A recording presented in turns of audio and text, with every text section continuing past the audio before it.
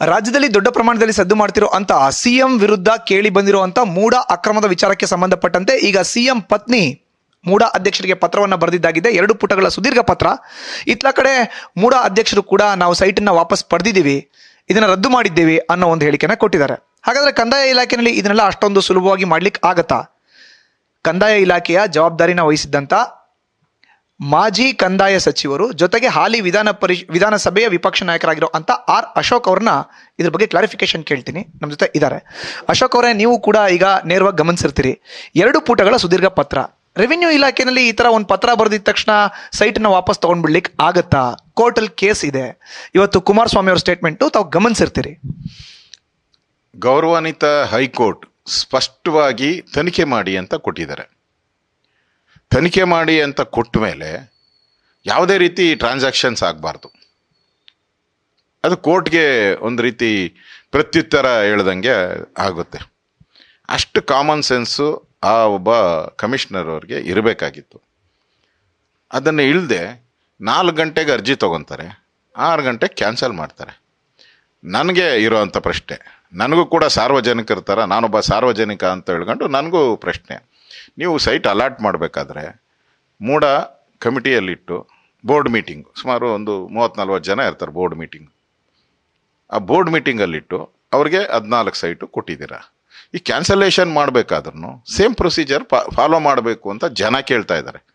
ಆದರೆ ಅದನ್ನೇನು ಬಿಡದೆ ಕಮಿಷನರ್ ಅವರು ಇದೊಂದು ವಿಶೇಷ ಪ್ರಕರಣನ, ನಾನು ಯಾವತ್ತೂ ಈ ಥರದ ಪ್ರಕರಣನೇ ನೋಡಿಲ್ಲ ಅಂತ ಹೇಳ್ಬಿಟ್ಟು ಮಾಧ್ಯಮದಲ್ಲಿ ಹೋಗಿ ಅದನ್ನು ಕ್ಯಾನ್ಸಲ್ ಮಾಡಿರೋವಂಥದ್ದು, ಇದು ನನಗನ್ಸ್ತೈತೆ ಅವರು ತಪ್ಪು ಮಾಡಿದ್ದಾರೆ ಅಂತ ಅನಿಸ್ತೈತೆ.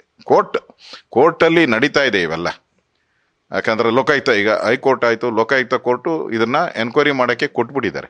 ಈ ಸಂದರ್ಭದಲ್ಲಿ ಅವರು ಅಟ್ಲೀಸ್ಟ್ ಏನು ಮಾಡ್ಬೋದಾಯಿತು ಅಂದರೆ, ಅವರು ಸರ್ಕಾರಕ್ಕೆ, ಅರ್ಬನ್ ಡೆವಲಪ್ಮೆಂಟ್ ಡಿಪಾರ್ಟ್ಮೆಂಟಿಗೆ ಪತ್ರ ಬರಿಬೇಕಾಯಿತು, ಈ ಥರ ಆಗಿದೆ, ಇದು ಒಂದು ಸ್ಪೆಷಲ್ ಪ್ರಕರಣ, ವಿಶೇಷ ಪ್ರಕರಣ, ಇದರಲ್ಲಿ ನಾನು ಏನು ತೀರ್ಮಾನ ತೆಗೆದುಕೊಳ್ಬೇಕು ಅಂತ ಅವ್ರು ಕೇಳಿದರೆ ಅಲ್ಲಿ ಅರ್ಬನ್ ಸೆಕ್ರೆಟ್ರಿ ಅವ್ರು ತೀರ್ಮಾನ ತೊಗೊತಾ ಇದ್ರು, ಈ ಥರ ಮಾಡ್ಬೋದು ಅಂತ. ಅದಾದರೂ ಪ್ರೊಸೀಜರ್ ಫಾಲೋ ಮಾಡಿಲ್ಲ, ಬೋರ್ಡ್ ಮೀಟಿಂಗೂ ಕರೆದಿಲ್ಲ, ಇದನ್ನು ಇದು ಮಾಡಿದ್ದಾರೆ ಅಂದರೆ ರದ್ದು ಮಾಡಿದ್ದಾರೆ. ನಾವು ಪಾದಯಾತ್ರೆ ಮಾಡೋಕ್ಕೆ ಮುಂಚೆನೇ ಕೇಳಿದ್ರಿ, ನೀವು ವಾಪಸ್ ಕೊಟ್ಬಿಡಿ ಅಂತ, ಅವಾಗ ಕೊಡಲೇ ಇಲ್ಲ. ಕೋರ್ಟ್ ತೀರ್ಪು ಮೇಲೆ ಬಂದು ಕೊಟ್ಟಿರೋದ್ರಿಂದ ಇದು ಇವತ್ತು ಜನಗಳ ಮನಸ್ಸಲ್ಲಿ ಇದು ತಪ್ಪಾಗಿದೆ ಅಂತ ಅನಿಸುತ್ತೆ. ಆ ದೃಷ್ಟಿಯಿಂದ ಈ ಕುಮಾರಸ್ವಾಮಿ ಅವ್ರು ಏನು ಹೇಳಿದ್ದಾರೆ ಅದು ಕರೆಕ್ಟಾಗಿ ಹೇಳಿದ್ದಾರೆ. ಅವರಕ್ಕೆ ನನ್ನ ಸಹಮತ ಇದೆ, ಅವ್ರು ಹೇಳಿರೋ ಸಹಮತ ಇದೆ. ಒಬ್ಬ ಅಧಿಕಾರಿ ಆದವರು ಅಟ್ಲೀಸ್ಟ್ ಕ್ಲಾರಿಫಿಕೇಷನನ್ನು ಮಾಡೋ ಅಷ್ಟು ಸಮಯ ತೆಗೆದುಕೊಳ್ಬೇಕಾಯ್ತು. ಕೊಡೋದು ಇಮಿಡಿಯೇಟಾಗಿ 1 ಅವರ್ಗೆ ಆ ಥರ ತೀರ್ಮಾನಗಳು ತೆಗೆದುಕೊಳ್ಳೋವಂಥದ್ದು. ಜನ ಪ್ರಶ್ನೆ ಮಾಡ್ತಾರೆ, ಏನಪ್ಪ ನಾವು ಅರ್ಜಿ ಕೊಟ್ಟರೆ 1 ಗಂಟೆಯಲ್ಲಿ ತೀರ್ಮಾನ ಕೊಟ್ಬಿಡ್ತಾರೆ, ಇವರು 2 ಗಂಟೆಯಲ್ಲಿ ಕೊಡ್ತಾರಾ ಅಂತ ಪ್ರಶ್ನೆ ಮಾಡ್ತಾ ಇದ್ದಾರೆ. ಅದರಿಂದ ಎಲ್ಲವೂ ಕೂಡ ಇವತ್ತು ಪ್ರಶ್ನೆಗಳ ಮೇಲೇ ನಿಂತಿದೆ. ಇವತ್ತು ಸಿದ್ದರಾಮಯ್ಯನವರ ಈ ಮೂಡ ಕೇಸು ಎಲ್ಲ ಕೂಡ ಪ್ರಶ್ನೆಗಳ ಮೇಲೇ ನಿಂತಿದೆ. ನ್ಯೂಸ್ ಫಸ್ಟ್, ನಿರ್ಭೀತಿಯಿಂದ ನಿಮ್ಮ ಪರವಾಗಿ.